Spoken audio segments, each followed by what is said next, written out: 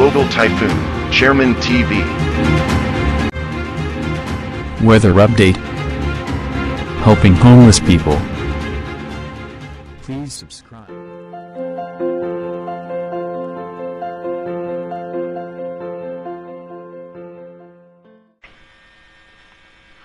Magandang gabi po. Ito po ang latest update natin ngayong araw, February 8, 2024.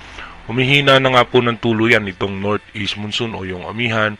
Asahan natin na nakaka-apekto na lamang po yan dito sa parte ng extreme northern Luzon. At yung easterlies naman ay nakaka-apekto na po yan sa halos sa buong bansa.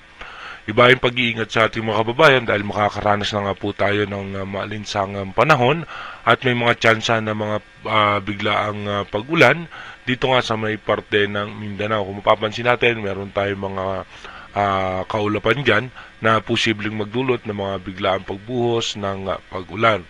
Ayon naman po sa advanced weather forecast ng European Center, hanggang sa ngayon, hanggang February 18, wala po tayo nakikitang anumang posibleng threat ng bagyo or imo-monitor na sama ng panahon sa loob at labas ng ating Philippine Area of Responsibility.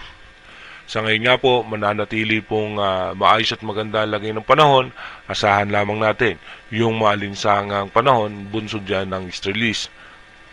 Dito naman sa ating rain map animation, may mga tsansa ng pag-ulan dito nga po sa western section ng Mindanao at pagdating nga po mamayang alas 11 ng gabi, ganun pa rin po at ang malaking bahagi ng ating bansa ay mananatiling maayos at maganda ang lagay ng panahon.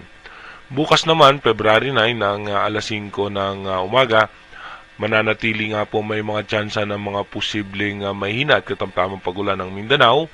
Ganun din po ang ilang bahagi ng Visayas, pero ang malaking bahagi ng ating bansa ay mananatiling maayos at maganda ang lagay ng panahon.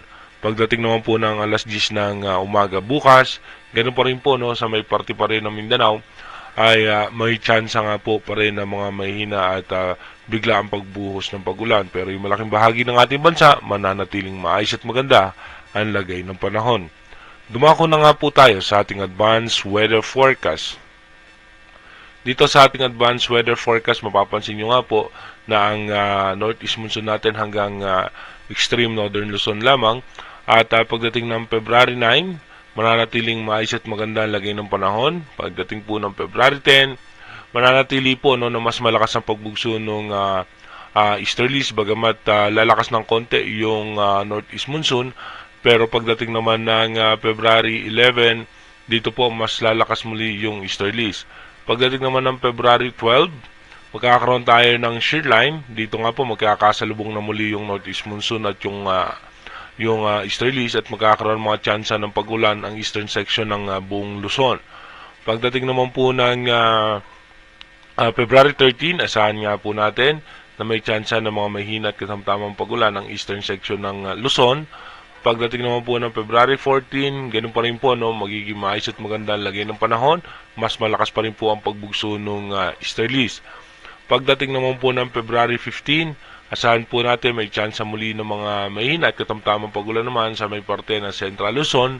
At pagdating po ng February 16, may tsansa po ng mga pag-ulan ang eastern section ng Mindanao, Visayas, Central Luzon at Northern Luzon. Pagdating naman po ng February 17 hanggang February 18, asahan po natin na magiging maayos at maganda ang lagay ng panahon. Kung mapapansin na nga po natin, mas malakas na nga po yung pagbugso ng easterlies at halos wala na nga po yung amihan. Dito nga po mapapansin natin na andito na nga po yung posibilidad na matapos na nga po ang amihan season. Inuulit ko po, yung ating advanced weather forecast is possible scenario pa lamang po yan. Malaki pa rin po ang tsansa na magbago yan. Kaya manatili tayong tumutok sa ating advanced weather forecast para malaman natin yung mga posibleng sama ng panahon na makaka-apekto sa ating bansa. Mag-iingat po tayo palagi. God bless po sa ating lahat.